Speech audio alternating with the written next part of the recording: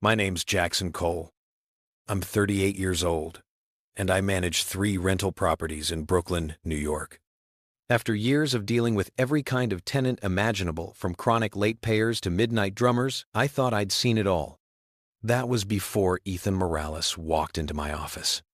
He looked clean-cut, polite, even charming. A graphic designer with a decent credit score and an easy smile. Said he needed a 1-bedroom for just himself, since he was new to the city. The way he said it made me think he was the calm, quiet kind perfect for apartment 4C. It was a bright, cozy flat in a classic brownstone near Clinton Hill. Ethan signed the lease on the spot, paid the deposit in full, and I remember thinking, finally, a break from chaos. For the first 2 weeks, everything seemed normal. Rent arrived early. No noise complaints. Until one night, my phone buzzed at 1:30 a.m. "Mr. Cole? I think you've got a plumbing issue again," said my downstairs tenant. "There's like 10 showers running upstairs." 10. I froze. Apartment 4C only had 1 bathroom. The next morning, I stopped by unannounced, just a friendly landlord check-in. When Ethan opened the door, I immediately noticed 2 things. 1.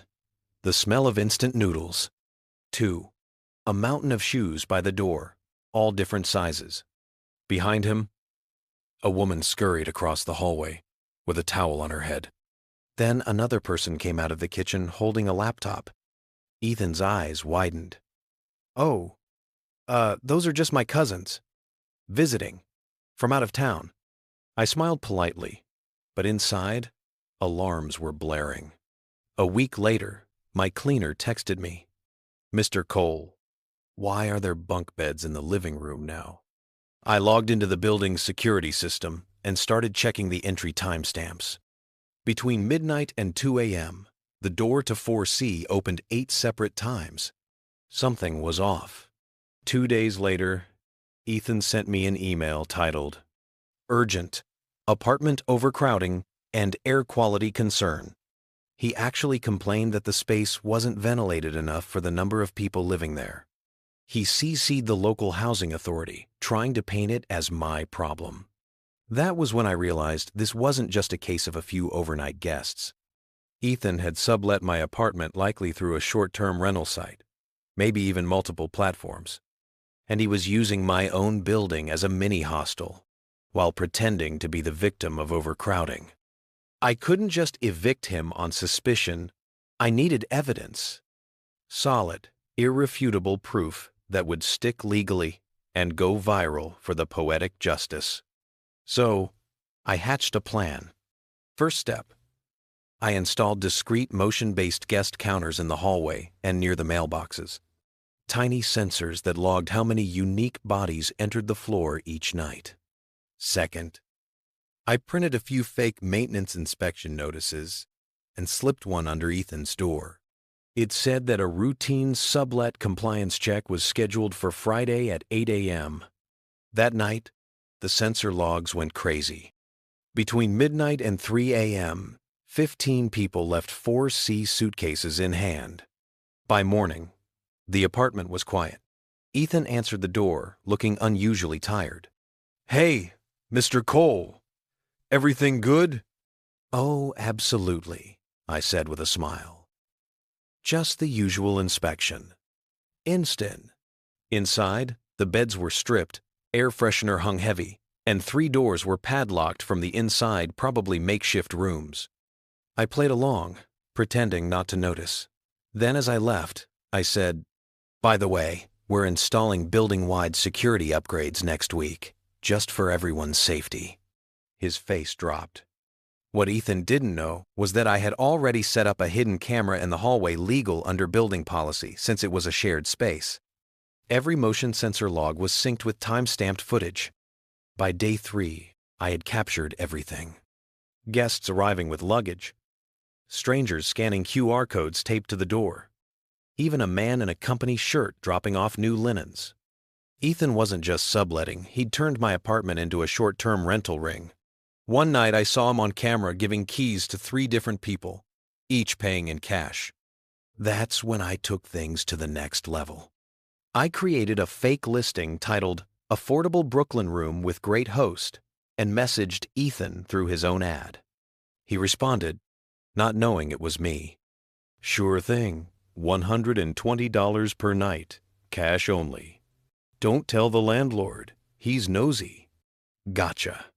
I scheduled another mystery inspection the following Friday, but this time I brought company, 2 building board members, my attorney, and a housing inspector. We waited quietly in the lobby until midnight, watching as guests streamed in. By 12:45, there were already 6 people inside 4C. At 1 a.m. sharp, we went up. When Ethan opened the door, the look on his face was pure horror. The apartment looked like a shared dorm, bunk beds, mattresses on the floor, a coffee machine labeled guests only. The inspector snapped photos while my lawyer read out loud. Clause 14C. No subletting, no Airbnb, no short-term occupancy. Ethan stammered. They're friends. I held up my phone and played the footage of him saying, "Don't tell the landlord." Silence. Ethan moved out within a week, but that wasn't enough. He had scammed other tenants across the city, and I wasn't about to let him disappear quietly. With the building's permission, I compiled the entire timeline sensor logs, camera footage, and chat screenshots into a mini documentary titled The Mystery Sublet Scam, Caught in Real Time. Within 48 hours, it blew up online. Thousands of comments poured in. This is why landlords install cameras. Dude really Airbnb'd an Airbnb. Justice served in HD. Ethan's listings got banned from every major rental app within a week. And the funniest part? A property law podcast featured my story as a masterclass in passive revenge. Now, every time I screen a new tenant, I mention this case. I tell them, I've seen every scam. And trust me, I'll know. If you try to sublet, most laugh nervously, assuming it's just landlord talk. But I keep the mystery alive, because somewhere out there, a renter is still wondering how I pulled it off. My secret? Simple. I stopped being just a landlord and became the mystery sublet ninja.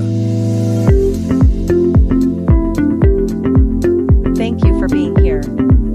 If you enjoyed this, go watch the one on the left and don't forget to hit like and subscribe to the channel for more tales of triumph over injustice and a saga of ultimate revenge.